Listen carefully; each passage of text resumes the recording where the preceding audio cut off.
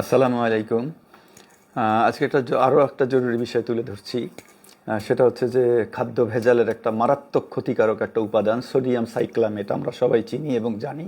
ঘন চিনি, যেটা নর্মাল চিনির থেকে 30 থেকে 50 গুণ বেশি মিষ্টিত্ব, এবং এটার শরীরের মারাত্মক ক্ষতি, ক্যান্সার, কিডনি বিকল, চর্মরোগ থেকে শুরু করে হার্টের প্রবলেম থেকে শুরু করে শরীরের মারাত্মক ক্ষতি করে বলেই এটা, এই ঘন চিনিটা অনেক আগে, এটা সম্ভবত 2010 সালের আশেপাশে আমদানি নিষিদ্ধ ঘোষণা করা হয়েছিল। তো এটা আমরা 2015-16 সালের দিকেই মনে আছে, একবার ঘন চিনি আমি আর এক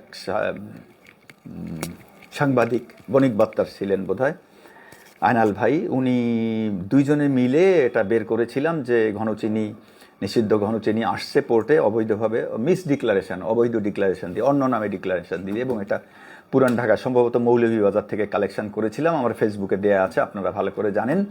এবং উনি কিনেছিলেন মৌলভীবাজার থেকে দুই রকম ঘনচিনি, একটা হচ্ছে পিওর ঘনচিনি, মানে 240 টাকা সম্ভবত কেজি প্যাকেট বিক্রি হচ্ছে ওপেন, এবং আরেকটা মিশ্রিত ঘনচিনি, সেটার প্যাকেট বোধ হয় 140 কি সামথিং, 100 টাকার ডিফারেন্স ছিল এই দুইটার ঘনচিনি। তো তখন আমি অফিসে নিয়ে এসেছিলাম, আমি তখন বিনিয়োগ বোর্ড চট্টগ্রামের পরিচালক।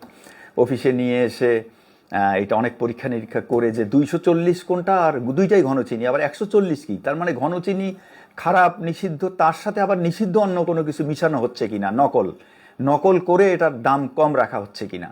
এটা অনেক কষ্ট করে, এখন সংক্ষেপেই বলছি যে অনেক কষ্ট করে, অনেক রিসার্চ টাইপ করে বের করা হয়েছিল যে এখানে ম্যাগনেসিয়াম সালফেট, মানে সার, এই যে জমিতে দেওয়া যে সার, ম্যাগনেসিয়াম সালফেট মিশায় এটা হাফ 50-50 ঘনচিনি, 50-50 ম্যাগনেসিয়াম সালফেটের কোনো স্বাদ, গন্ধ, বর্ণহীন, মানে এই যে ঘনচিনির মতো দানাদার দেখতে, সাদা, এবং কোনো টেস্ট নেই।